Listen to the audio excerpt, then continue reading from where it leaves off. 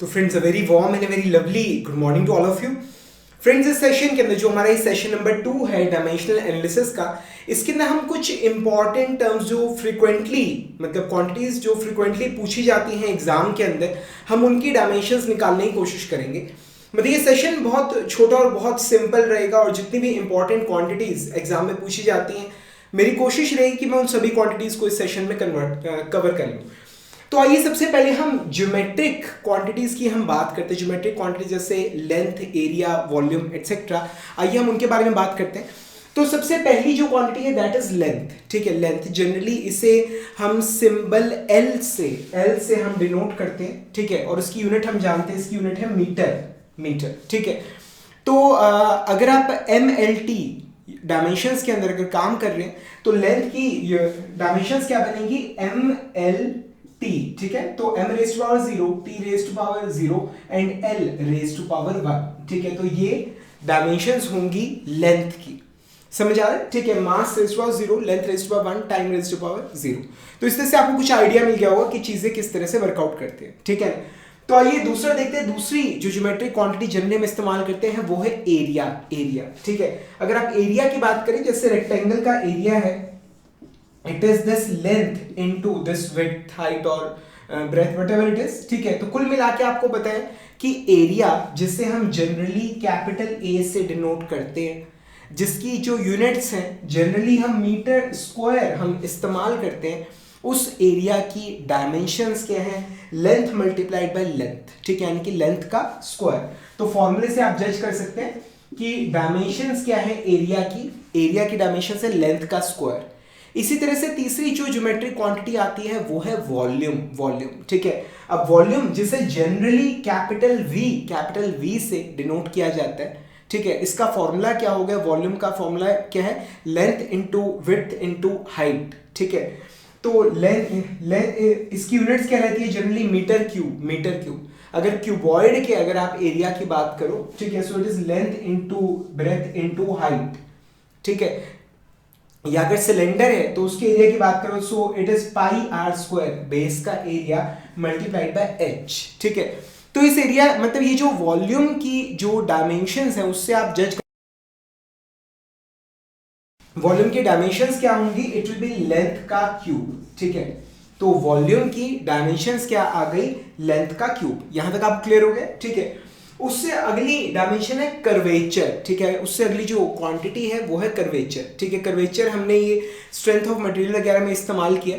Daily language का word है curvature. जैसे अगर समझना चाहते हो कर्वेचर क्या होता है, तो basically this is a straight line, ये एक स्ट्रेट लाइन है। ठीक है, अब अगर आप इसकी बात करें तो इस लाइन में थोड़ा सा कर्वेचर है, थोड़ा सा। ठीक है, इस लाइन में और ज्यादा कर्वेचर है, और ज्यादा है। ठीक है, और इस लाइन में बहुत ज्यादा कर्वेचर है। ये क्लियरली आपको समझ आ रहा है? ठीक है, तो ये this is a straight line, इसमें थोड़ा कर्वेचर है, इसमें कर्वेचर और ज्यादा हो गया, इसमें कर्वेचर और भी ज्यादा हो गया। ठीक है, तो अगर आप गौर करो कि यहां पर हो क्या रहा है, स्ट्रेट लाइन, इसका जो रेडियस होता है, रेडियस स्ट्रेट लाइन का, इट इज इन्फिनिटी। ठीक है, स्ट्रेट लाइन का रेडियस क्या होता है, इन्फिनिटी। ठीक है, और यहां पर आपको रेडियस की वैल्यू इन्फिनिटी से कम मिल रही है। ठीक है, यहां पर रेडियस और कम हो गया, और यहां पर अगर आप गौर करो तो रेडियस काफी कम हो गया। ठीक है ना, तो इसे बोलते हैं कर्वेचर। ठीक है, तो कर्वेचर का फॉर्मूला क्या होता है, कर्वेचर जिसे जनरली कैपिटल C से डिनोट किया जाता है, कर्वेचर जिसे जनरली कैपिटल C से डिनोट किया जाता है, इसका फॉर्मूला होता है 1 डिवाइडेड बाय रेडियस। ठीक है, तो इससे हमें यूनिट पता लग गई। कर्वेचर की यूनिट क्या होती है, पर मीटर, यानी मीटर रेज टू पावर -1 पर मीटर। यहां तक समझ आ गई? ठीक है, और डायमेंशंस क्या होंगी, it will be length raise to power -1। Dimensions क्या होंगी कर्वेचर की, लेंथ रेज टू पावर -1। ठीक है, तो हम कहते हैं ना कि इसका कर्वेचर, इसमें कर्वेचर बहुत ज्यादा है। ठीक है, तो यानी कि उसका रेडियस ऑफ कर्वेचर जो होगा वो कम होगा। ये चीज आपको समझ आ रही है? ठीक है, यहाँ पे देख रहे हो ना, यहाँ पर रेडियस कम है, यहाँ पर रेडियस बढ़ गया, यहाँ और ज्यादा हो गया। और स्ट्रेट लाइन आप जानते हो, ये बेसिकली एक सर्कल होता है इन्फिनिटी रेडियस का। स्ट्रेट लाइन उसका एक छोटा सा हिस्सा, एक छोटी सी आर्क होती है। समझ आ रहा है आपको यहाँ तक? ठीक है, तो ये हमने बात करी कर्वेचर के बारे में। अगला है स्लोप। ठीक है, स्लोप ये टर्म हम बहुत फ्रीक्वेंटली हम अपनी इंजीनियरिंग में इस्तेमाल करते हैं, स्लोप।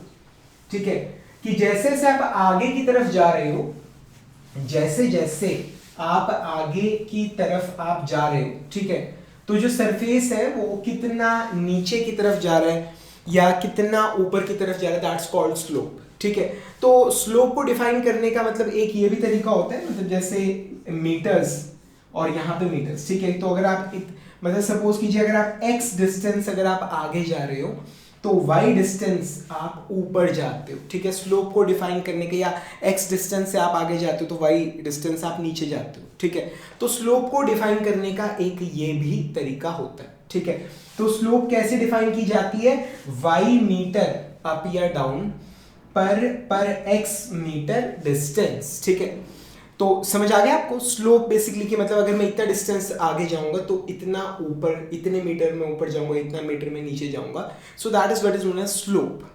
ये चीज क्या होती है, स्लोप। ठीक है, जैसे 1:100, 1:100 का जो स्लोप है, मतलब अगर आप 100 मीटर्स अगर आप आगे जाओगे, 100 यूनिट डिस्टेंस अगर आप आगे की तरफ जाओगे तो 1 यूनिट आप ऊपर जाओगे, ये चीज, या 1 यूनिट आप नीचे जाओगे। ये चीज आपको समझ आ रही है? ठीक है, तो स्लोप मतलब जिसे जनरली आई या फिर एस से रिप्रेजेंट किया जाता है, इसकी यूनिट्स होती है मीटर पर मीटर, मीटर पर मीटर। और नजर आ रहा है it is a dimensionless quantity, इसकी कोई डायमेंशंस नहीं है, ऊपर भी मीटर नीचे भी मीटर, ऊपर भी लेंथ नीचे भी लेंथ। ठीक है, तो it is a dimensionless quantity. Dimensions of slope क्या हो गई, m⁻⁴, l⁻⁴, t⁻⁴। स्लोप की कोई डायमेंशंस नहीं होती। समझ आ रहे हैं यहां तक आपको, क्लियर हो रहा है? ठीक है, इससे अगला है एंगल। एंगल जनरली जैसे एंगल की हम बात करते हैं तो अल्फा से या थीटा से हम एंगल को रिप्रेजेंट करते हैं। ठीक है, अल्फा से या थीटा से हम इसे रिप्रेजेंट करते हैं, इसे हम डिग्री में या रेडियन में नापते हैं। ठीक है, अल्फा से या थीटा से आप रिप्रेजेंट करते हो, आप इसे रेडियंस में या फिर डिग्री में आप इसे नापते हो। ठीक है, अब इसकी डायमेंशंस क्या होंगी, अब रेडियन में आप एंगल कैसे मेजर करते हो, मतलब जैसे दिस इज एन आर्क, इसकी लेंथ सपोज कीजिए इट इज l और रेडियस क्या है r। ये एक आर्क है जिसकी लंबाई है l, जिसका रेडियस है r, तो एंगल थीटा या फिर अल्फा लगा लीजिए, अल्फा लिखा है यहाँ पे, अल्फा रेडियंस में कितना होगा, एंगल अल्फा रेडियंस में कितना होगा, it will B l divided by r, it will B l divided by r। अब ऊपर भी जो डायमेंशन है वो लेंथ की है, नीचे भी लेंथ की है, ऊपर भी l है नीचे भी l है, तो इसकी डायमेंशंस क्या हो जाएंगी, इसकी डायमेंशंस हो जाएंगी, इसकी कोई डायमेंशंस नहीं है, it is a dimensionless number. ठीक है, तो एंगल की डायमेंशन क्या होगी, m⁻⁴, l⁻⁴, t⁻⁴। एंगल की कोई भी डायमेंशंस नहीं होती। सिमिलर टू स्लोप की भी कोई डायमेंशंस नहीं होती। समझ आ रहे हैं यहां तक आपको, स्लोप की कोई डायमेंशन नहीं होती, एंगल की भी कोई डायमेंशन नहीं होती। ठीक है, एंगल को हम किस में नापते हैं, रेडियंस में नापते हैं, डिग्री में नापते हैं। क्लियर है यहां तक? ठीक है, उसके बाद आती है ज्योमेट्रिक क्वांटिटी जो हम इस्तेमाल करते हैं, शेप फैक्टर। ठीक है, अगर आपने हीट ट्रांसफर पढ़ा है, हीट ट्रांसफर, ठीक है, तो आपने शेप फैक्टर जरूर पढ़ा होगा। याद है शेप फैक्टर क्या होता है, कि किसी सरफेस में से जितनी रोशनी या यू कैन से रेडिएशन निकल रही है, उसका कितना फ्रैक्शन, उसका कितना हिस्सा, उसका कितना फ्रैक्शन दूसरे सरफेस पर या अपने ऊपर या दूसरे सरफेस पे गिर रहा है। याद है वहां पे लॉज पढ़ते होते थे हम, A1 F12, ठीक है, is equal to A2 F21। याद है ये लॉज वगैरह हम सारे मैंने आपको पढ़ाया है, रेडिएशन मैंने आपको पढ़ाया है, अगर आपने हीट ट्रांसफर किया है तो मैंने रेडिएशन आपको पढ़ाया था। ठीक है, so this is called shape factor, कि एक सरफेस में से जितनी रेडिएशन निकल रही है उसका कितना फ्रैक्शन दूसरे सरफेस पे या अपने सरफेस पे, जो भी आप इस्तेमाल निकालना चाहते हो, उसके ऊपर गिर रहा है। ठीक है, अब जैसे यहां पर F11 की बात हो रही है, तो ये क्या है कि अपने सरफेस से कितनी रेडिएशन निकल रही है, जो अपने ही, उसका कितना हिस्सा अपने ही ऊपर गिर रहा है। ठीक है, तो अब जैसे सरफेस अगर इस तरह का है, ठीक है, तो इसमें से तो जो रेडिएशन निकलेगी वो तो अपने ऊपर गिर नहीं सकती, फ्लैट सरफेस पे से भी नहीं गिर सकती। ठीक है ना, पर जो इस तरह के कर्व्ड सरफेस होते हैं, ठीक है, किसी खड्डे की तरह कॉनकेव सरफेस जो होते हैं, ठीक है, अब यहां से जो रेडिएशन निकलेगी, ठीक है, वो इसके अपने ऊपर गिर सकती है, ठीक है। तो रेडिएशन का वो फ्रैक्शन जो हमसे ही निकल रहा है और हमारे ऊपर ही गिर रहा है, दैट्स कॉल्ड F11, ठीक है, जो ये पहले सरफेस से निकल रहा है और पहले के ऊपर गिर रहा है, ठीक है, मतलब ये तो खैर हम मीटर रास्ते में पहुंच गए, ठीक है। तो इसे this is called shape factor, और इसकी भी कोई डायमेंशंस नहीं होती, ठीक है। It is also dimensionless number, ना इसकी भी कोई डायमेंशंस नहीं होती, ना ही इसका कोई मतलब जैसे यूनिट्स होती हैं जैसे मीटर पर सेकेंड या कुछ इस तरह से, कोई यूनिट्स नहीं होती इसकी, ठीक है। It has got no units and it has got no dimensions, इसकी कोई डायमेंशंस नहीं होती, समझ आ रहे हैं, ठीक है। तो अभी हमने मतलब जो ज्योमेट्रिक क्वांटिटीज हैं हमने उनसे रिलेटेड हमने डायमेंशंस को कवर किया। आइए अब हम काइनेमेटिक क्वांटिटीज से रिलेटेड डायमेंशंस को हम कवर करते हैं, ठीक है। तो आइए देखते हैं। तो फ्रेंड्स, अभी पिछले सेशन के अंदर हमने बात करी थी ज्योमेट्रिक क्वांटिटीज की, आइए अब बात करते हैं काइनेमेटिक क्वांटिटीज के बारे में। तो मैं भी शायद आपके दिमाग में क्वेश्चन अराइज हो रहा हो कि काइनेमेटिक क्वांटिटीज क्या होती हैं। तो अगर आपको याद होगा हमने 11th-12th के अंदर मतलब जब हम फिजिक्स पढ़ रहे थे तो वो फिजिक्स की किताब में एक वो मतलब डिफरेंशिएशन था फिजिक्स का, काइनेमेटिक्स और डायनेमिक्स, और उसमें हमने पढ़ा था कि काइनेमेटिक्स वो हिस्सा है जिसके अंदर हम मोशन को एनालाइज करते हैं, ठीक है। मोशन को जैसे आपका डिस्टेंस, डिस्प्लेसमेंट आ गया, एक्सेलरेशन आ गया, और डायनेमिक्स के अंदर हम मोशन को प्रोड्यूस करने वाली फोर्सेस को भी एनालाइज करते हैं, ठीक है। फोर्सेस को, मोमेंटम को, उन सब चीज़ों को एनालाइज करते हैं। तो बेसिकली जो डायनेमिक्स वाला पार्ट है, काइनेमेटिक्स वाला पार्ट है, उसके अंदर सिर्फ लेंथ और टाइम आता है, और जब डायनेमिक्स की हम बात करते हैं तो उसके अंदर लेंथ और टाइम के साथ साथ मास और फोर्सेस वगैरह भी सारे पिक्चर में आ जाते हैं। तो अभी इस सेशन के अंदर हम जो काइनेमेटिक क्वांटिटीज हैं हम उनके बारे में डिस्कस करेंगे। तो सबसे पहली जो क्वांटिटी है वो है टाइम, ठीक है। टाइम की हम बात करते हैं, टाइम, ठीक है। इसे जनरली हम टी से हम रिप्रेजेंट करते हैं, और हम सभी जानते हैं कि इसे हम सेकंड्स के अंदर मेजर करते हैं। ये एक प्राइमरी क्वांटिटी है ये, ठीक है। ये एक प्राइमरी क्वांटिटी है, फंडामेंटल क्वांटिटी है, ठीक है। तो इसकी यूनिट क्या है? टी। इसकी यूनिट क्या है? इसकी डायमेंशन क्या है? टी। इसकी डायमेंशन क्या है? टी। यहां तक समझ आ गया। तो वेलोसिटी आई, दूसरी जो क्वांटिटी है दैट इज वेलोसिटी ये क्या होता है? Distance travelled per unit time, ठीक है, इन अ पर्टिकुलर डायरेक्शन। तो इस वेलोसिटी को हम कैपिटल वी से हम डिनोट करते हैं वेलोसिटी को। इसकी यूनिट्स क्या होती है? मीटर पर सेकेंड इसकी यूनिट्स है, ठीक है। अब इसका फॉर्मूला क्या होता है? मतलब change in length divided by distance travelled divided by time. तो distance travelled delta L divided by time interval, जितने में मतलब डिस्टेंस हम ट्रेवल कर रहे हैं, सो इट गिव्स अस, इसकी डायमेंशंस क्या होंगी? L by T। इसकी डायमेंशंस क्या होंगी? L by T। ये बेसिक सी चीजें आपको ऑलरेडी आती हैं, ठीक है, बट स्टिल मतलब रिवाइज करने में कोई बुराई नहीं है, ठीक है ना। उसके बाद आता है एंगुलर वेलोसिटी। हाँ जी, अब आप बताइए एंगुलर वेलोसिटी की डायमेंशंस क्या होंगी? मतलब कभी कभी जब चीज़ हमें पहले से आती थी तो यहीं पे प्रॉब्लम आती है, मतलब हम सोचते हैं कि वो लेक्चर स्किप कर दे, पर सच्चाई ये है कि लास्ट में जीतेगा वही जो A to Z सभी लेक्चर्स को देखेगा नॉर्मल स्पीड पे, पूरे ध्यान से देखेगा और साइड बाय साइड नोट्स बनाएगा ताकि वो बाद में रिवाइज कर सके। तो एंगुलर वेलोसिटी की, हाँ जी आपसे पूछ रहा हूँ, एंगुलर वेलोसिटी की यूनिट्स क्या होंगी? सोचिए एक बार। एंगुलर वेलोसिटी से जनरली हम ओमेगा से हम रिप्रेजेंट करते हैं, ठीक है, और इसकी यूनिट्स रहती है रेडियंस पर सेकेंड, ठीक है। अब अगर आप एंगुलर वेलोसिटी का अगर आप फॉर्मूला देखें, ठीक है, तो जैसे मतलब ये कंपोनेंट है, ये मतलब लिंक है, इसके ऊपर ये पॉइंट है and it is having a velocity v, तो इस लिंक की एंगुलर वेलोसिटी ओमेगा ये कितनी होगी? That will be v divided by r। तो ओमेगा का फॉर्मूला क्या है? v डिवाइडेड बाय r, ठीक है, वेलोसिटी ऑफ अ पॉइंट, ठीक है, on this link, linear velocity divided by radius, ठीक है। यहां तक आपको समझ आ रहा है? तो बेसिकली अब वेलोसिटी की डायमेंशन हमने निकाली है, it is L by T, ये वेलोसिटी की डायमेंशन है। अब उसे रेडियस की डायमेंशन से डिवाइड करेंगे तो ये L से L कट गया, डायमेंशन क्या बची? 1 डिवाइडेड बाय T। ये जो रेक्टेंगुलर ब्रैकेट्स है ये डिनोट करते हैं हम कि हम डायमेंशंस के बारे में बात कर रहे हैं। समझ आ गए? ठीक है, तो ओमेगा से हम जनरली से रिप्रेजेंट करते हैं, रेडियंस पर सेकेंड इसकी यूनिट है, ठीक है, और इसकी डायमेंशंस क्या हो गई? इसकी 1/t। वैसे भी नजर आ रहा है, अभी थोड़ी देर पहले मैंने आपको बताया था कि रेडियंस की कोई डायमेंशन नहीं होती, ठीक है। रेडियंस एंगल ये मतलब डायमेंशनलेस है, तो मतलब इस यूनिट से भी पता चलता है हमें कि डायमेंशंस क्या होंगी एंगुलर वेलोसिटी की, 1/टाइम। यहां तक आपको समझ आ रहा है, ठीक है। उसके बाद आ जाता है हमारे पास फ्रीक्वेंसी, ठीक है। इसकी यूनिट्स होती हैं हर्ट्ज या फिर साइकिल्स पर सेकंड, ठीक है। हर्ट्ज या साइकिल्स पर सेकंड, ठीक है, साइकिल्स पर सेकंड, ठीक है, उसे हम हर्ट्ज भी बुलाते हैं। तो इसकी यूनिट क्या है, पर सेकंड, ठीक है। और उसकी डायमेंशंस क्या होंगी, 1/t, यानी t⁻⁻1। क्लियर है, ठीक है। तो ये फ्रीक्वेंसी आ गई। उसके बाद आता है लीनियर एक्सेलरेशन, ठीक है।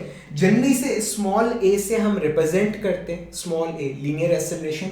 ये क्या है, basically change in velocity divided by time interval, ठीक है। Delta v, change in velocity divided by time interval जिसके अंदर ये काम हो रहा है, ठीक है ना। तो इज इक्वल टू, अब वेलोसिटी की डायमेंशंस क्या थी, l/t, ये वेलोसिटी की डायमेंशंस थी। टाइम इंटरवल की डायमेंशंस क्या होंगी, अगेन t, डिनोमिनेटर में एक और t आ गया, तो हमारे पास डायमेंशंस क्या आ गई, l/t²। ये आ गई हमारे पास डायमेंशंस ऑफ एक्सेलरेशन, ठीक है। एक्सेलरेशन यूनिट्स इसकी क्या रहती है, मीटर पर सेकंड स्क्वायर, ठीक है। चाहे लीनियर एक्सेलरेशन हो या फिर हमारे पास acceleration due to gravity g की भी हम बात करते हैं, वो भी एक्सेलरेशन है, ठीक है। तो उसकी यूनिट्स क्या है, मीटर पर सेकंड स्क्वायर। और यूनिट्स क्या आ गई, यूनिट्स आ गई l/t²। समझ आ गए, ठीक है। तो अगर आप, ये तो है लीनियर एक्सेलरेशन, अगर आप एंगुलर एक्सेलरेशन की अगर आप बात करें, एंगुलर एक्सेलरेशन की, ठीक है, तो उसे हम डिनोट करते हैं अल्फा से। यूनिट्स उसकी रहती है रेडियन पर सेकंड स्क्वायर, ठीक है। फॉर्मूला अगेन वही है, linear acceleration divided by radius आ गया, ठीक है। या फिर v² डिवाइडेड बाय r, ठीक है। या फिर जैसे 2ω_v, कॉर्योलिस कंपोनेंट का फॉर्मूला कहते हैं 2ω_v, मतलब नहीं, ये तो दूसरी एक्सेलरेशन आ गई, ठीक है। तो अगर आप यूनिट्स अगर आप देखें, ठीक है, जैसे यहां पर आप यूनिट्स अगर डाल के देखें, सो l/t ये वेलोसिटी यूनिट्स है, इनका होल स्क्वायर, ठीक है। l/t इनका होल स्क्वायर ये आ गया, ठीक है।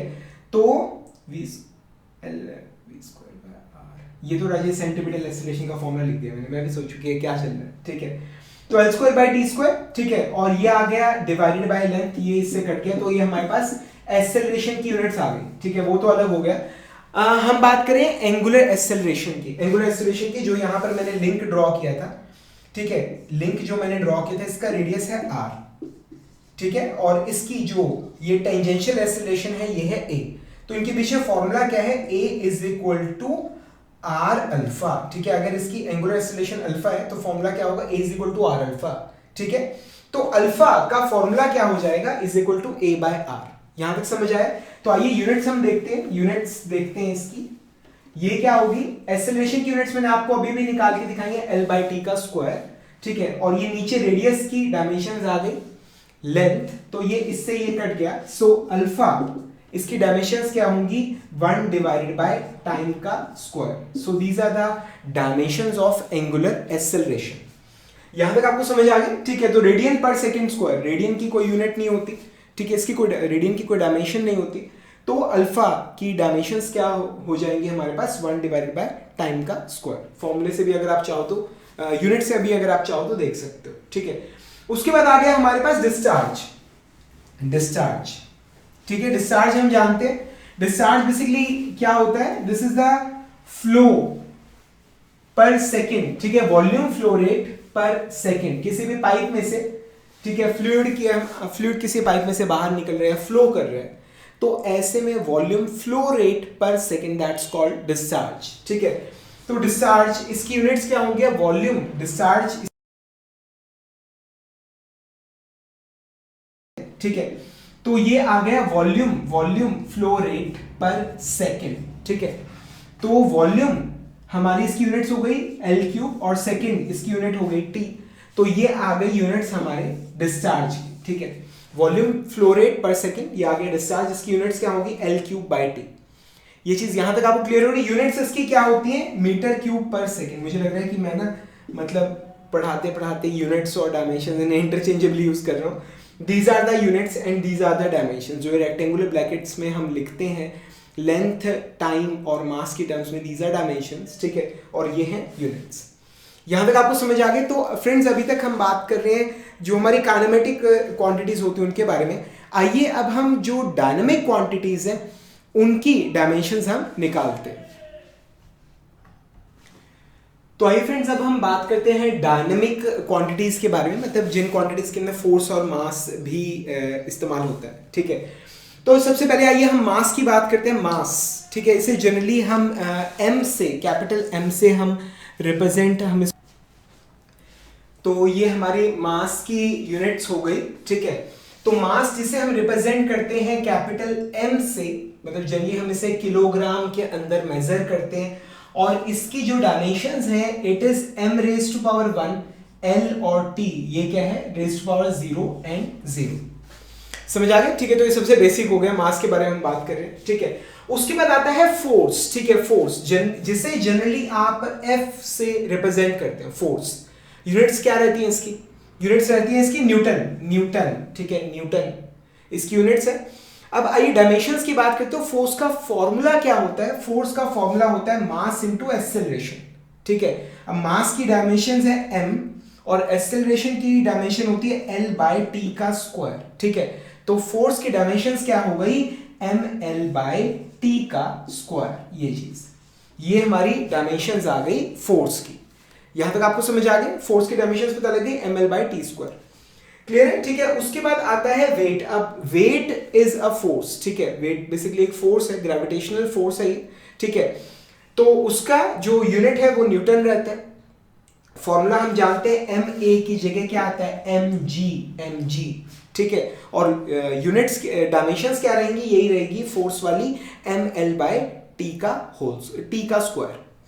समझ आ गया यहां तक? क्लियर है, ठीक है। So that is weight. अब आइए बात करते हैं डेंसिटी की। मास डेंसिटी की हम बात करते हैं, डेंसिटी, ठीक है। तो यूनिट्स इसकी क्या रहती है? Kilogram per metre cube, kilogram per metre cube. Density generally इसे रो से रिप्रेजेंट किया जाता है, ठीक है। है क्या चीज ये? बेसिकली एक यूनिट वॉल्यूम के अंदर कितना मास मतलब इंक्लूडेड है एक यूनिट वॉल्यूम के अंदर। So this is basically mass per unit volume, ठीक है। ये बेसिकली क्या है? मास पर यूनिट वॉल्यूम, ठीक है। तो डायमेंशंस इसके फॉर्मूले के हिसाब से क्या होंगी? इट विल बी m/L का क्यूब। तो ये डायमेंशंस किसकी आ गई? डेंसिटी की, मास डेंसिटी की। समझ आ गया यहां तक? बेसिकली हम बात करते हैं डायमेंशंस की। डायमेंशंस क्या होता है? डायमेंशन बेसिकली फॉर्मूला है किसी भी क्वांटिटी का फंडामेंटल क्वांटिटीज की टर्म में, ठीक है। डायमेंशन क्या होता है? किसी भी क्वांटिटी की डायमेंशन क्या होती है? ये एक्सप्रेशन है या फिर फॉर्मूला है उस क्वांटिटी का इन टर्म्स ऑफ प्राइमरी और फंडामेंटल क्वांटिटीज, यानी कि किसी भी चीज का फॉर्मूला मास, लेंथ और टाइम की फॉर्म में, ठीक है, इन तीन वेरिएबल्स की फॉर्म में। फ्लूइड मैकेनिक्स के हिसाब से कह रहा हूं, हो सकता है मे बी शायद टेम्परेचर आ जाए, पर ऐसा बहुत रेयर होगा। और जो एम्पेयर हो गया या मोल्स हो गया या कैडेला हो गया, लुमिनस इंटेंसिटी, वो चीजें मतलब हमारे फ्लूइड में तो खैर आती नहीं है, ठीक है ना। यहां तक समझ आ गई? तो ये हमने बात करी किसकी? ये हमने बात करी डेंसिटी की, ठीक है। अब अगला क्या है हमारे पास? अगला है डेंसिटी के बाद है हमारे पास स्पेसिफिक वेट, ठीक है। डेंसिटी क्या होती है? Density is mass per unit volume. Specific weight क्या होता है? It is weight per unit volume, weight per unit volume, ठीक है। फ्लूइड मैकेनिक्स में बहुत ज्यादा इस्तेमाल होता है। इसे हम स्मॉल w से हम इसे रिप्रेजेंट करते हैं, स्मॉल w से, ठीक है। इसका फॉर्मूला आप जानते हो, इट इज ρg। रो क्या है? Density of mass, density of the fluid, ठीक है। और g आ गया एक्सेलरेशन ड्यू टू ग्रेविटी। यहां तक समझ आ रहा है, ठीक है। तो ये क्या है? Specific weight, this is weight per unit volume. तो यूनिट्स इसकी क्या होंगी? Newton per metre cube, newton per metre cube. समझ आ रहा है? ठीक है। अगर आप डायमेंशंस की अगर आप बात करें तो वेट यानी फोर्स पर यूनिट वॉल्यूम हो गया। ठीक है। अब फोर्स क्या होता है? It is mass into length by time का स्क्वायर। ठीक है, mass into acceleration, mass into length by time का स्क्वायर, ये फोर्स आ गया। ठीक है, divided by volume divided by L cube. तो एक एल से ये एक एल कटा, दो एल बच गए हमारे पास। तो डायमेंशन हमारे पास क्या आ गई?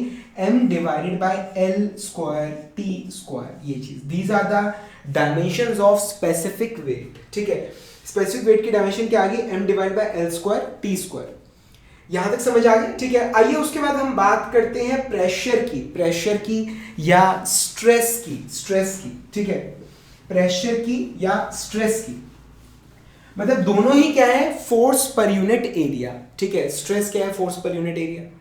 ठीक है, शेयर स्ट्रेस हो, नॉर्मल स्ट्रेस हो या प्रेशर हो, it is force per unit area. ठीक है, तो प्रेशर को जनरली हम नापते हैं पास्कल्स के अंदर, पास्कल।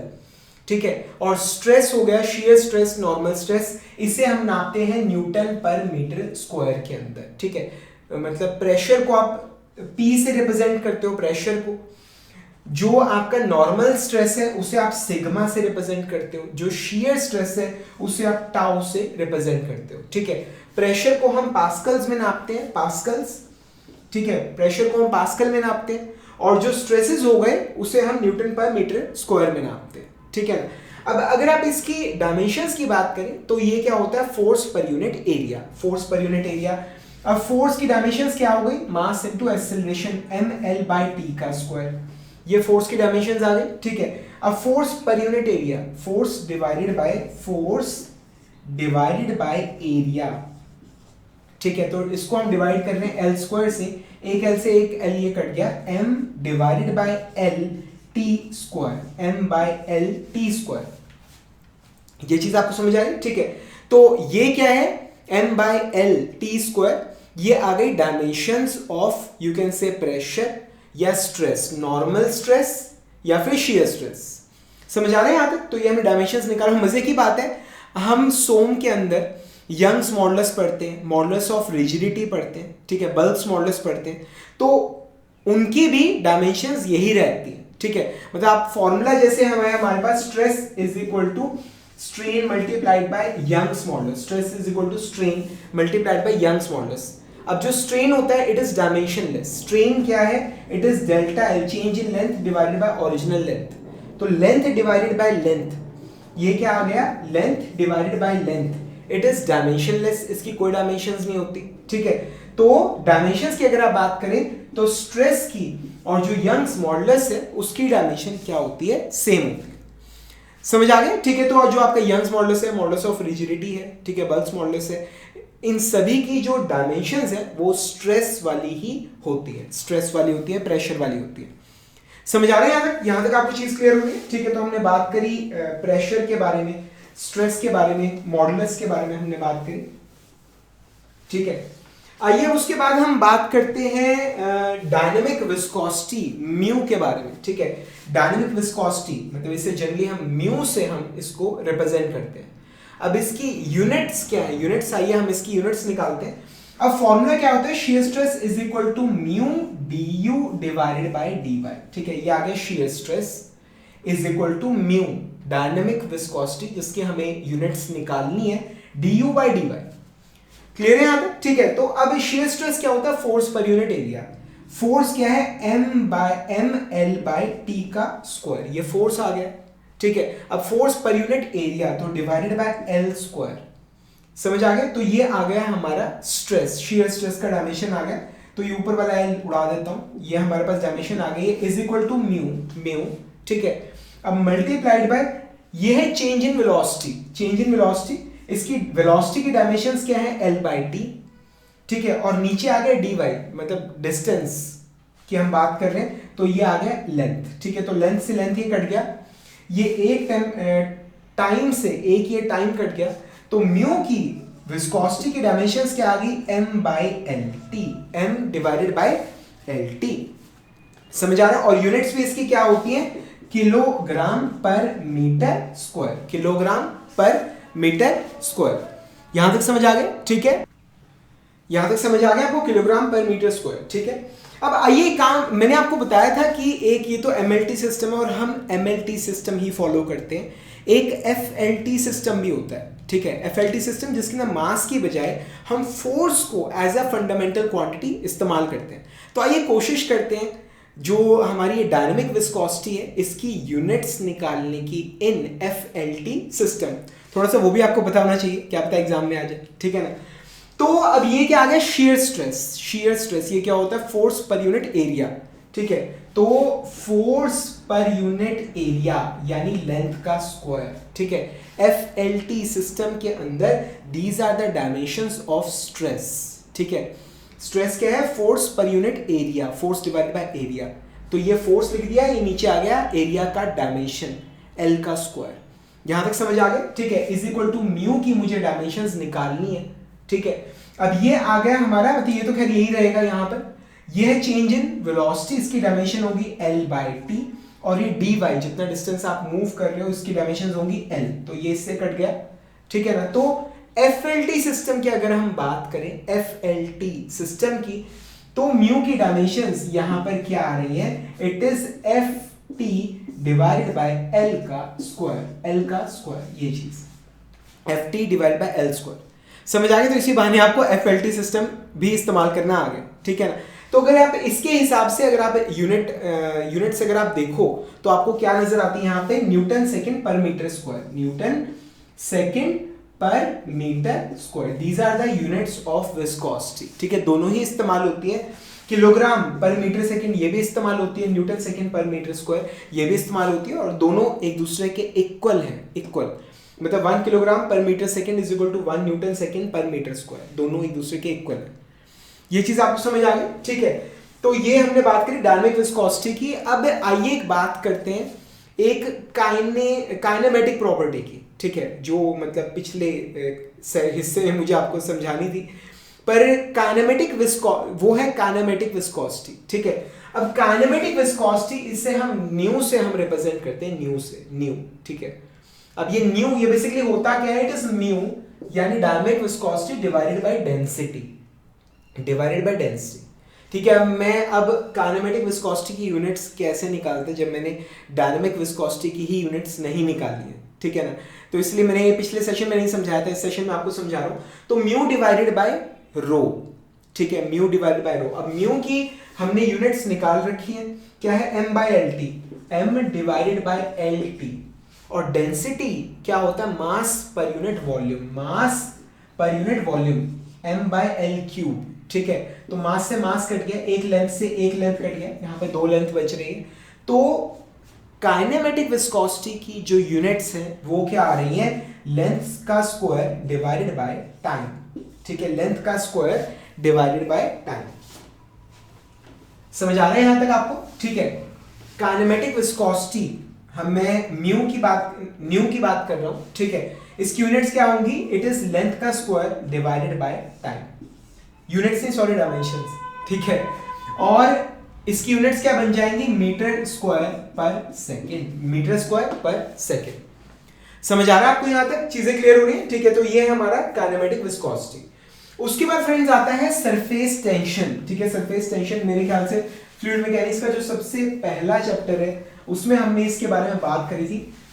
जैसे स्ट्रेस होता है force per unit area, force per unit area, surface tension ये है फोर्स पर यूनिट लेंथ, ठीक है। हमने पूरी बात की थी सरफेस के ऊपर जो फ्लूइड का और एयर का जो इंटरफेस होता है, ठीक है, उसके ऊपर एक लेयर बन जाती है जिसके अंदर टेंशन होती है, ठीक है, बहुत शॉर्ट में, जिसके ऊपर मैंने आपको बताया था निडल को भी अगर आप चाहो तो बैलेंस कर सकते हो, किसी नेट का काम करती है वो, ठीक है। तो बेसिकली जो सरफेस है उसके अंदर टेंशन होती है, and that surface that tension, that force per unit length is called surface tension, ठीक है। तो सरफेस टेंशन जिसे हम सिग्मा से भी रिप्रेजेंट करते हैं फ्लूइड मैकेनिक्स के अंदर, ये बेसिकली क्या है, force per unit length, force per unit length, ठीक है। तो फोर्स पर यूनिट लेंथ, अब फोर्स की क्या डायमेंशन होगी, इसकी यूनिट्स होती है न्यूटन पर मीटर। स्ट्रेस की क्या होती है, न्यूटन पर मीटर स्क्वायर। हमारी सरफेस टेंशन की क्या होती है, न्यूटन पर मीटर, ठीक है। अब इसकी डायमेंशंस की अगर आप बात करें तो फोर्स की यूनिट्स क्या है, m मास इनटू एक्सेलरेशन यानी l बाय t का स्क्वायर, ठीक है, और यहाँ पर डिवाइडेड बाय मीटर है तो इसकी भी डायमेंशन है लेंथ, तो इससे ये कट गया तो m/t²। These are the dimensions, ये डायमेंशंस है सरफेस टेंशन की। यहां तक आपको समझ आ रहा है? ठीक है, तो हमने सरफेस टेंशन भी पढ़ ली है। ठीक है, उसके बाद आइए हम बात करते हैं इंपल्स की और मोमेंटम की। इंपल्स की और मोमेंटम की। ठीक है, इंपल्स बेसिकली क्या होता है? Force multiplied by time duration, जितने टाइम के लिए वो फोर्स लग रही है। ठीक है, मतलब ये सारा मैंने आपको पढ़ा रखा है। F is equal to mass into acceleration, ठीक है, is equal to mass dv/dt। ये क्या है? Change in velocity. ये क्या है? Time interval. तो अगर आप इस इक्वेशन को देखो तो ये इस तरह से हम लिख सकते हैं F dt is equal to mdv। ठीक है, mdv ये है चेंज इन वेलोसिटी। अगर आप इसे देखो तो ये क्या है? mv final minus v initial. ठीक है, mv final minus mv initial, ये चीज। ठीक है, तो ये mv मास इनटू वेलोसिटी, ये क्या होता है? This is what is known as momentum. इसे हम क्या बोलते हैं? मोमेंटम। और फोर्स इनटू टाइम इंटरवल, जितने टाइम के लिए वो फोर्स लग रही है, जितने टाइम के लिए वो फोर्स लग रही है, ठीक है, वो बेसिकली क्या होता है? Force into that's called impulse. समझ आ रहा है? तो इंपल्स को हम जनरली आई से रिप्रेजेंट करते हैं, मोमेंटम को जनरली हम कैपिटल एम से रिप्रेजेंट कर देते हैं। ठीक है, अब इनकी यूनिट्स क्या होती है? अब इंपल्स की यूनिट्स आपको क्लियरली नजर आ रही है, क्या है? Newton second. These are the units of impulse. समझ आ रहा है? ठीक है, और अगर मोमेंटम की अगर आप यूनिट्स देखें तो न्यूटन सेकेंड भी हो सकती है, कोई दिक्कत नहीं है। बाकी वैसे क्या है? Mass into velocity, so it is kilogram metre per second. Kilogram metre per second. समझ आ रहा है? ठीक है, तो ये हमारी मोमेंटम की यूनिट्स हो गई। ठीक है, और अगर आप डायमेंशंस की अगर आप बात करें, दोनों की डायमेंशन सेम बैठेगी। ठीक है, क्योंकि एक इक्वेशन के अंदर है, एक इक्वेशन में जितने वेरिएबल्स होते हैं सबकी डायमेंशन सेम होती है, जितनी भी टर्म्स होती हैं सबकी डायमेंशन सेम होती है। ठीक है, तो ये जो टर्म है और ये जो टर्म है, यानी इंपल्स और मोमेंटम, दोनों की डायमेंशन सेम आएगी। फिर भी हम निकाल के देख लेते हैं। फोर्स की डायमेंशन मैंने आपको बताई है ml/t का स्क्वायर। ठीक है, ये फोर्स की डायमेंशन है, मल्टीप्लाइड बाय टाइम इंटरवल, तो ये टाइम से टाइम कट जाएगा। हमारे पास क्या आ रहा है? ml/t। This is the dimension of impulse. ठीक है, मोमेंटम की डायमेंशन हम निकाल के देखते हैं, mass multiplied by velocity, ml/t। Mass multiplied by velocity, velocity dimension है l/t, ये चीज। So these are the dimensions of momentum. समझ आ रहा है? तो अब हमने बात करी इंपल्स की और मोमेंटम की। समझ आ रहा है? ठीक है, अब आइए हम बात करते हैं वर्क और एनर्जी के बारे में। वर्क के बारे में और हम बात करते हैं एनर्जी के बारे में। ठीक है, तो अगर दोनों मतलब एक दूसरे में कन्वर्ट किए जा सकते हैं, दोनों एक ही कैटेगरी से बिलोंग करते हैं, वर्क और एनर्जी। ठीक है, energy is capacity to do work. ठीक है ना? समझ आ रहा है आपको यहाँ तक? ठीक है, और वर्क को आप मतलब energy is capacity to do work, और वर्क को आप अलग अलग तरह की एनर्जीज में आप कन्वर्ट कर सकते हो। ठीक है ना? तो मतलब अगर आप वर्क की अगर आप फॉर्मूला अगर आप देखें, वर्क का फॉर्मूला, तो बेसिकली क्या आ जाएगा? It is force into distance travelled. ठीक है, वर्क बेसिकली क्या होता है? Is equal to force multiplied by distance travelled. ठीक है, मतलब प्रॉपर तो ये है distance travelled in the direction of force. जिस डायरेक्शन में आप फोर्स अप्लाई कर रहे हो उस डायरेक्शन में जो ऑब्जेक्ट है वो कितना डिस्प्लेस कर रहा है। ठीक है, सो it is basically distance travelled in the direction of force. तो अगर आप यूनिट देखें तो यूनिट्स क्या आएंगी इसकी? फोर्स की यूनिट क्या होती है? Mass into length divided by time का स्क्वायर। ठीक है, मल्टीप्लाइड बाय डिस्टेंस ट्रेवल्ड आ गया। ठीक है, तो वर्क की या एनर्जी की यूनिट्स क्या आ गई? ml/t², ये चीज ml/t², ये चीज आपको क्लियर हो गई? ठीक है, so these are the dimensions of work and energy. ठीक है, यूनिट्स हम जानते हैं। अब फोर्स इनटू डिस्टेंस, तो वर्क की यूनिट क्या होगी? Newton metre. ठीक है, या फिर इसे हम क्या बुलाते हैं? जूल। ठीक है, जूल मतलब 1 newton metre is equal to 1 joule. समझ आ रहे हैं यहां तक आपको? ठीक है, तो ये हमने डायमेंशंस निकाली है वर्क की या फिर एनर्जी की। अब यहां तक निकाले तो वर्क और एनर्जी के बाद आता है पावर। ठीक है, पावर मतलब वर्क डन पर सेकेंड।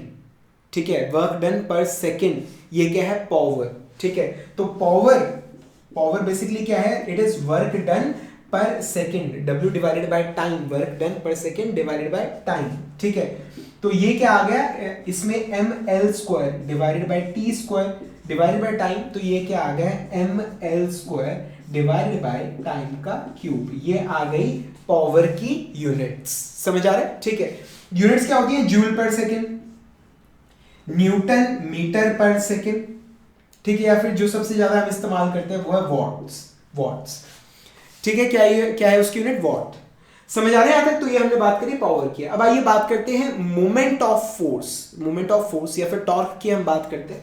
तो टॉर्क का फॉर्मूला क्या होता है, basically force multiplied by perpendicular distance. ठीक है, मोमेंट का फॉर्मूला क्या है, फोर्स इनटू प्रिपेंडिकुलर डिस्टेंस। ठीक है, तो ये क्या आ गए, ये इसकी यूनिट्स क्या आ गई, न्यूटन मीटर। टॉर्क की यूनिट्स क्या आ गई, टॉर्क की या मोमेंटम की यूनिट्स क्या आ गई, न्यूटन मीटर। अगर आप डायमेंशंस की बात करें तो आइए देखते हैं, एम एल बाई टी का square multiplied by length, so it is M L square by T square. ये चीज, these are the dimensions of torque या मोमेंट ऑफ फोर्स। समझ आ रहे हैं यहां तक आपको? ठीक है, तो फ्रेंड्स ये सारी हमने मतलब जितनी भी जो डायनेमिक क्वांटिटीज हम डील करते हैं फ्लूइड मैकेनिक्स के अंदर, हमने ऑलमोस्ट सभी डायनेमिक क्वांटिटीज की हमने यूनिट्स और हमने उनकी डायमेंशंस के बारे में बात की है। ठीक है, अभी आगे और भी बहुत सारी क्वांटिटीज है, कुछ जनरल छोटी छोटी क्वांटिटीज के बारे में आइए हम बात करते हैं। जनरल और बहुत सारी क्वांटिटीज जो अभी तक कवर नहीं किया, आइए तो फ्रेंड्स आइए अब और भी कुछ टर्म्स हैं, मतलब खत्म है, बस यहीं तक है। कुछ टर्म्स अभी रह गई हैं जिनकी हम डायमेंशंस के बारे में हम बात करते हैं। तो उसमें सबसे पहले है हम इस्तेमाल करते हैं एरिया मोमेंट ऑफ इनर्शिया। ठीक है, जैसे सोम के अंदर आपने मतलब एक रेक्टेंगल का एरिया मोमेंट ऑफ इनर्शिया का फॉर्मूला हमने पढ़ा था। मतलब रेक्टेंगल है, कोई रेक्टेंगुलर बीम है, ठीक है, ये बीच में एक्सेस आ गए, तो अगर इसकी ये डायमेंशन है b और ये डायमेंशन है d, ठीक है, तो फॉर्मूला क्या होगा एरिया मोमेंट ऑफ इनर्शिया का, it is bd cube by 12। ठीक है, या अगर सर्कल है, सर्कुलर क्रॉस सेक्शन है हमारे पास, ठीक है, तो ऐसे केस में एरिया मोमेंट ऑफ इनर्शिया का फॉर्मूला क्या हो जाता है, pi by 64 d raised power 4। या अगर पोलर मोमेंट ऑफ इनर्शिया की अगर हम बात करें तो so it will turn out to be pi by 32 d raised to power 4। ये चीज यहां तक आपको समझ आई? ठीक है, तो अगर आप देखें मतलब इस सब के अंदर तो डायमेंशंस क्या निकल के आती हैं, length raised to power 4, length raised to power 4, length raised to power 4, length raised to power 4। तो एरिया मोमेंट ऑफ इनर्शिया की डायमेंशंस क्या होती है, लेंथ रेज़्ड टू पावर 4। ठीक है, जनरली हम इसे I से हम रिप्रेजेंट करते हैं, ठीक है, और यूनिट्स इसकी क्या होती है, metre raised to power 4, metre raised to power 4। Clear है यहाँ तक? ठीक है, उसके बाद आ गया हमारे पास मास मूवमेंट ऑफ इनर्शिया। ठीक है, मतलब ये बहुत सारी प्रॉब्लम्स में हम मतलब इस्तेमाल करते हैं, थ्योरी ऑफ मशीन्स वगैरह की। ठीक है, फिजिक्स के अंदर बहुत ज़्यादा ये इस्तेमाल होता है, मास मूवमेंट ऑफ इनर्शिया। ठीक है, तो इसका फॉर्मूला क्या होता है, एम के square mass into radius of gyration का होल स्क्वायर। ठीक है, तो इसका अगर आप देखें तो इसकी यूनिट्स क्या बन जाएगी, किलोग्राम मीटर स्क्वायर, और हमारे पास क्या आ जाएगा, इसकी डायमेंशंस क्या आ जाएगी, ml का स्क्वायर। समझ आ रहा है? तो ये आ गया हमारा मास मोमेंट ऑफ इनर्शिया। अब उसके बाद एक जो फंडामेंटल क्वांटिटी जो हम फ्लूइड मैकेनिक्स में इस्तेमाल करते हैं वो है टेम्परेचर को जनरली हम T से हम रिप्रेजेंट करते हैं। ठीक है, यूनिट्स आप जानते हो, यूनिट्स हैं इसकी केल्विन, डिग्री सेल्सियस या फ़ारेनहाइट, मतलब हम इस्तेमाल करते हैं। ठीक है, तो हम बात करें टेम्परेचर की, T से इसे रिप्रेजेंट किया जाता है, मतलब डिग्री सेल्सियस या फिर केल्विन हम इस्तेमाल करते हैं इसके लिए। ठीक है, इसके मतलब इसे हम किस तरह से रिप्रेजेंट करते हैं एज अ प्राइमरी या बेसिक यूनिट, इसके लिए हमने सिंबल रखा है थीटा। रीजन ये है कि जो T है वो ऑलरेडी टाइम को रिप्रेजेंट करता है, तो हम टेम्परेचर को as a fundamental unit, as a dimension हम थीटा से दिखाते हैं।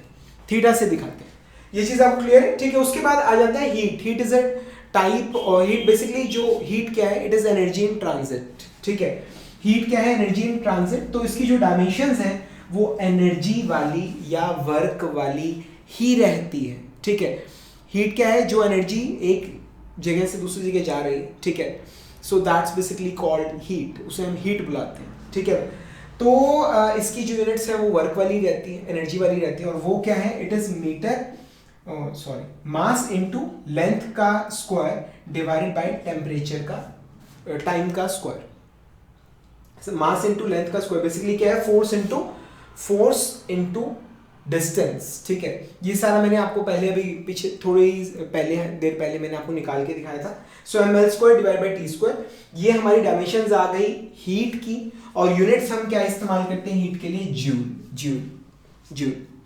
समझ आ गया? ठीक है, नेक्स्ट है स्पेसिफिक हीट। ये बेसिकली क्या होता है, this is the amount of heat required to raise the temperature of 1 kilogram of a substance by 1 degree Celsius। ठीक है, तो Q is equal to mc delta T। ठीक है, तो स्पेसिफिक हीट बेसिकली क्या होता है, heat required to raise the temperature of 1 kilogram of a substance by 1 degree Celsius. Clear है यहाँ तक? तो अगर आप इसकी डायमेंशंस अगर आप निकालने की कोशिश करो, हीट की डायमेंशंस हमने अभी निकाली थी ml square by T square, और ये आ गया मास। ठीक है, और ये आ गया टेम्परेचर। ठीक है, इससे कट गया तो डायमेंशंस क्या आ गई, l square by T square theta. These are the dimensions of specific heat. समझ आ रहा है? ठीक है, उसके बाद राजी हमारे पास आते हैं बहुत सारे जैसे नंबर्स होते हैं, डायमेंशनलेस नंबर्स। अब पहले ही बोल दिया कि these are dimensionless number, it simply means कि उनकी कोई डायमेंशन नहीं। ठीक है, for example we have Reynolds number, Froude number, Euler number, Weber number, मार्क नंबर। ठीक है, तो इनमें से कुछ नंबर्स को तो हम अभी थोड़ी देर में स्टडी करेंगे, जब हम मॉडल एनालिसिस हम पढ़ेंगे तो इनमें से कुछ नंबर्स को हम स्टडी करेंगे। तो बेसिकली ये डायमेंशनलेस नंबर्स हैं, पहले ही पता है, नाम से पता चल रहा है कि इनकी कोई भी डायमेंशंस नहीं है। उसके बाद राजे क्या, जैसे फ्रिक्शन फैक्टर हो गया, फ्रिक्शन फैक्टर याद है आपको, फ्रिक्शन फैक्टर। ठीक है, फॉर्मूला हमने किया था delta H head loss due to friction is equal to 4FLV square by 2dg। ठीक है, हाँ जी, फ्रिक्शन फैक्टर क्या है इसमें, ये फ्रिक्शन फैक्टर है नहीं, फ्रिक्शन फैक्टर क्या है, 4F। ठीक है, 4F is friction factor. F क्या होता है, coefficient of friction. Friction factor F dash या F1 होता है कुछ बुक्स में लिखा हुआ, इज इक्वल टू 4F। ठीक है ना, तो ये बेसिकली जो कोफिशिएंट ऑफ फ्रिक्शन है और जो फ्रिक्शन फैक्टर है, दीज आर डायमेंशनलेस नंबर्स। जैसे मैंने अभी थोड़ी देर पहले आपको कोफिशिएंट ऑफ फ्रिक्शन बताया था मैंने आपको कि frictional force is equal to mu into normal reaction. तो यहाँ पर इस इक्वेशन में जो कोफिशिएंट ऑफ फ्रिक्शन है, that's also a dimensionless number. Efficiency जैसे हम कई बार एफिशिएंसी की बात करते हैं, मतलब work done divided by heat supplied. अब वर्क और एनर्जी, हीट, इन तीनों की यूनिट सेम है। ठीक है, इन तीनों की डायमेंशन सेम है, तो efficiency it is a dimensionless number. Efficiency की कोई डायमेंशंस नहीं होती, ठीक है, उसके बाद आता है जैसे काइनेटिक एनर्जी करेक्शन फैक्टर, ये मैंने आपको पढ़ाए थे पहले, मोमेंटम करेक्शन फैक्टर। ठीक है, इनकी कोई भी डायमेंशंस नहीं होती, दीज आर डायमेंशनलेस। समझ आ रहा है? ठीक है, तो फ्रेंड्स इस जो हमारा ये सेकंड लेक्चर है, इसके अंदर मतलब हमने जितने भी मतलब टर्म्स हम इस्तेमाल करते हैं, जितनी भी क्वांटिटीज हम इस्तेमाल करते हैं पूरी फ्लूइड मैकेनिक्स के अंदर, या मैं भी यूँ कहिए इंजीनियरिंग के अंदर इस्तेमाल होने वाली ज़्यादातर क्वांटिटीज़ की हमने यूनिट्स और डायमेंशंस के बारे में हमने बात की। ठीक है, तो आइए अब हम मूव करते हैं अगले लेक्चर के अंदर, लेक्चर नंबर 3 में, जहाँ पर हम जो रेलिंग मेथड है डायमेंशन एनालिसिस का, हम उसे स्टडी करेंगे। तब तक के लिए friends, thank you very much and wish you all the best.